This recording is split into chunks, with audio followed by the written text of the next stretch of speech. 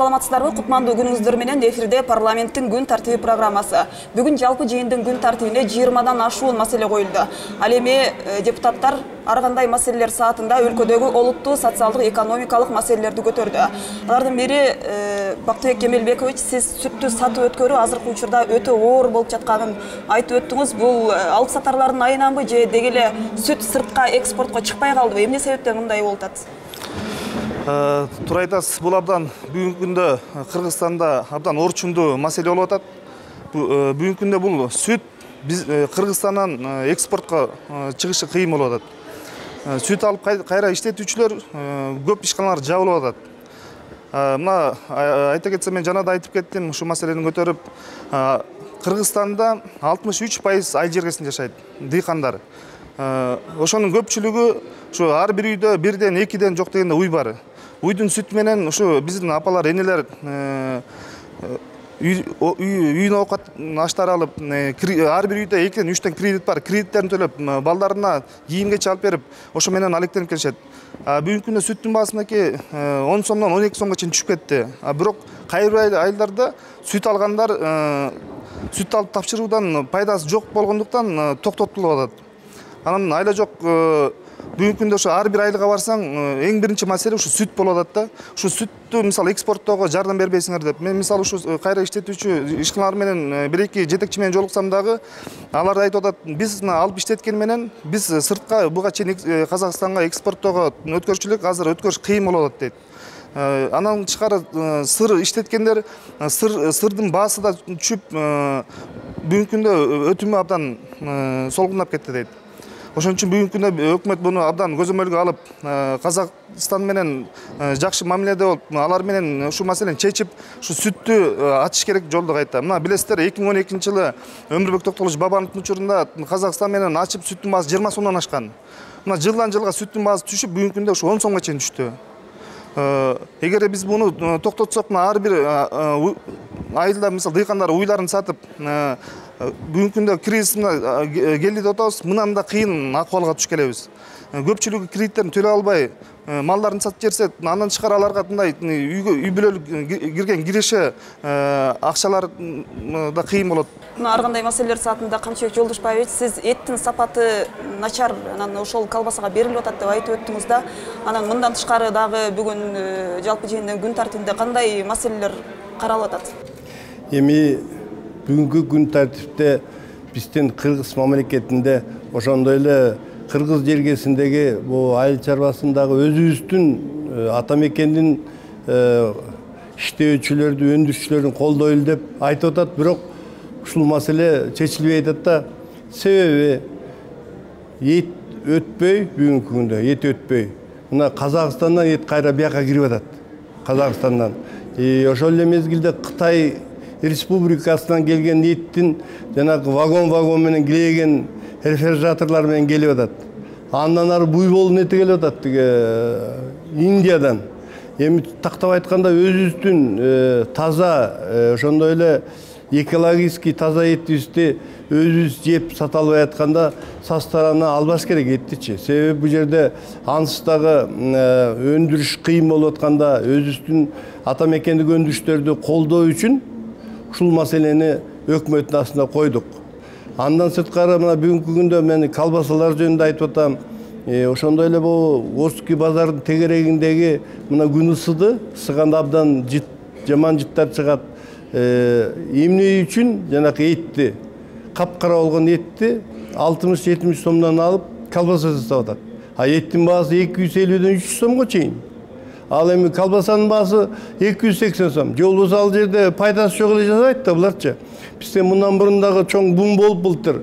Бул жерде башка жараксыз малдын этин сатып элдин баарын бушайман кылган. Мына ошон үчүн бүгүнкү күндө мен айтат элем, бул эт боюнча, эт маселеси боюнча биз Кыргыз эли, Кыргыз жергесиндеги бүт бардыгы чоңойгон. Ушул этти негизи ар дайым таза эт чоңоюп, ошо экологически чистый этти жеп, биз ата бабалардан келаткан сактап келатат. Ошон үчүн Кыргыз элинин күчү, эрки, мааниси тоонун жеринде жашагандан ошон үчүн сакталып калганбыз. Мен айтат элем, ушуга көңүл бөлүп, жакшылап туруп, мына Biz өкмөткө дагы поручение бердик.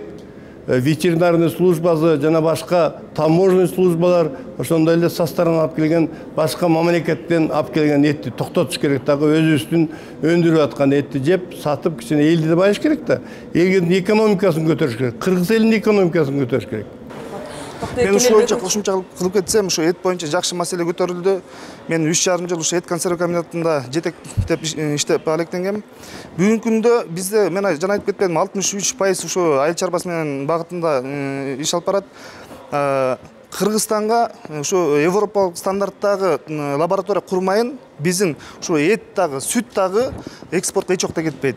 Biz kaçan şu Европалык стандартка туура келген лабораторияны курганда биздин Европага дагы Азия тиги араб мамлекеттерине да кетет да. Айта кетсек, Кыргызстандын эти мына дүйнө жүзү боюнча эң даамдуулугу, тазалыгы, күчтүүлүгү жагынан Монголия менен Кыргызстандын эти алдыңкы орунда турат. Ошон үчүн бүгүнкү күндө өкмөт буну айыл чарба багытында жакшы иштер алып барып лабораторияны курушубуз керек. Лабораторияны курмайын, сүт дагы, эт дагы экспортко кетпейт. Мына өткөндө эле өкмөттүн угу күнүндө бир дагы килограмм 2015-жылы экспортко кеткен эмес. Анткени лаборатория жок бүгүнкү күндө. Бактыбек Кемелбекович, мына бүгүн күн тартибинде дагы бир мыйзам долбоору турат. Бул суга тайдоо жерлерин бир категориядан экинчи категорияга которуштуруу жөнүндө мыйзамга өзгөртүүлөрдү кийирүү же болбосо сугат жерлерге узак убакыт көп жылдык өсүмдүктөрдү отургузууга мүмкүндүк берүү жөнүндө бул мыйзам долбооруна сиз кандай карайсыз? Колдойсузбу же жокпу? Бүгүнкү күндө мен айта кетсек эми биз жылдан жылга суга тайдоо жерлерибиз азайып баратат да. Мына Бишкектин тегерек четинде 2 районунда ошо сонун сугат жерлеринин баарын талкалап, үйлөрдү куруп, кайрылып бизнеске айландырып жиберди. Биз эгерде ушинтип эле сугат жерди талкалап эле бөлөк категория которо берсек, жылдан жылга бул сугат жери тартыштык болуп кыйынга чылкап келет да. Мен буга каршымын сугат жерине которууга. Бизде кайрак жерлери да көп. Суу чыкпаган жерлер көп. Ошол жерлерге мисалы азыр капельный орошение деп атпайбы, түтүкчө менен көп жылдык өсүмдүктөрдү ушу кайрак жерге отургуш керек. Мисалы кайрак жерлер бүгүнкү күндө иштетилбей калып атат дагы. Ошол жерлерге көп жылдык өсүмдүктөрдү ушу алмабактар отурса абдан туура болот деп мен ойлойм. Ушул маселе боюнча, ушул мыйзам боюнча мен кошуп кетейин. Себеби жанакы чынын айтыш керек, жанакы жерде buğdaydı, ошондой эле жакшынакай өстүрүп атканды бузуп, ошол жерге алманы же болбосо көп жылдык нерсени айдаганга болбойт. Себеби ал жерге кароол чыгылып үй салат, сарай салат.